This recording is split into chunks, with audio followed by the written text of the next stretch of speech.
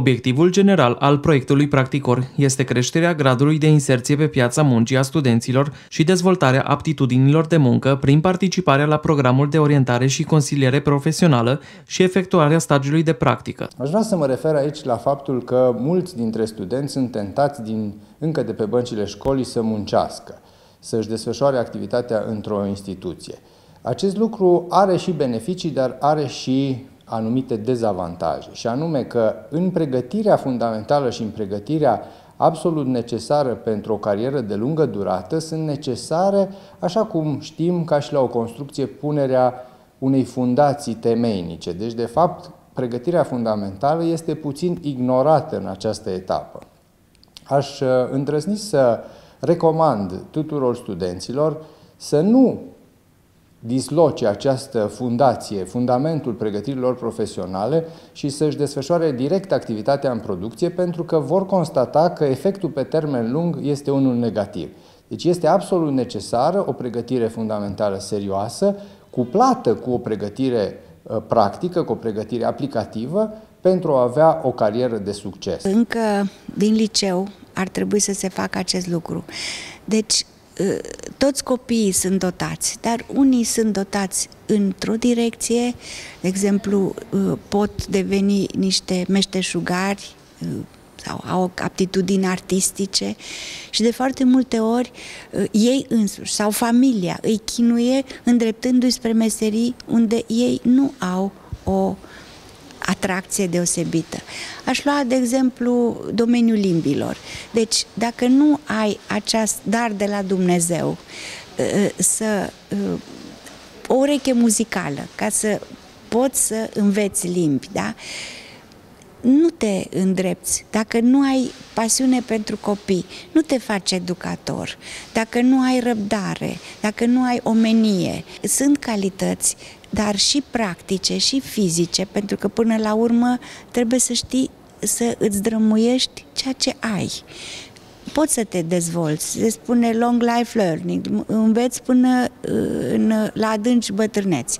Este un lucru normal, dar foarte important este ca pe viitor, și sperăm că așa va fi, să existe o orientare făcută de specialiști pentru copii încă din băncile școlii, clasele a 5-a, 8-a, apoi diferențierea în pregătirea liceală, pentru că e păcat să chinui un copil cu matematică sau eu știu ce fel de fizică înaltă dacă el nu are astfel și rămâne cu amintiri triste, este poate traumatizat.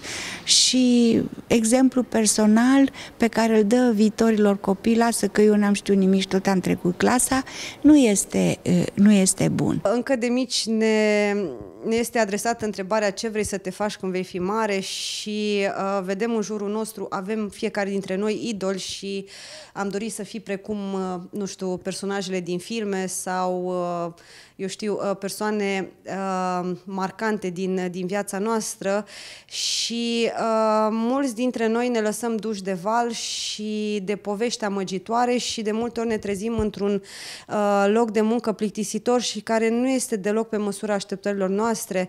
Este foarte important că atunci când alegem o facultate, să ne asigurăm că este un domeniu în care vrem să lucrăm, este un domeniu în care vrem să excelăm și nu doar să urmărim, de exemplu, partea financiară, neavând o satisfacție profesională că facem ceea ce ne place. Dintr-un început, zic eu, din perioada liceului, elevii să se orienteze spre cariere care le vor reflecta atât pregătirea cât și personalitatea. Din clasa a 8-a deja am știut că eu vreau să devin inginer. Și înclinația fiecărui tânăr se poate deduce încă de la primele vieți în școală. Vede omul ce îi place mai mult, nu fă o meserie care nu-ți place. Trebuie să-ți placă acest lucru. Copiii în ziua de astăzi, în general, se înscriu la o facultate ori împinși de părinți, ori realmente pentru că acesta a fost profilul liceului și dacă s-au chinuit acolo 4 ani, că se mai chinuie 4 ani în facultate și devine cineva. Apoi este și o deficiență poate a noastră, a universităților, că nu îi lăsăm să aleagă. Materiile în curiculă, multe sunt la alegere, dar din lipsa unei finanțări, alegerea până la urmă se reduce la un vot majoritar și ce alege majoritatea se impune. Apoi specializările, în general sunt ocolite specializările grele, specializări cu proiect, specializări unde la absolvire ai poziții cu deosebit risc sau nu lucrezi în orașe mari sau trebuie să ai foarte multe delegații, da? Sunt preferate eu știu, activități care încep cu management, noțiunea de manager, uitând însă că un manager bun este în primul rând un specialist bun care a făcut apoi o pregătire de management suplimentară.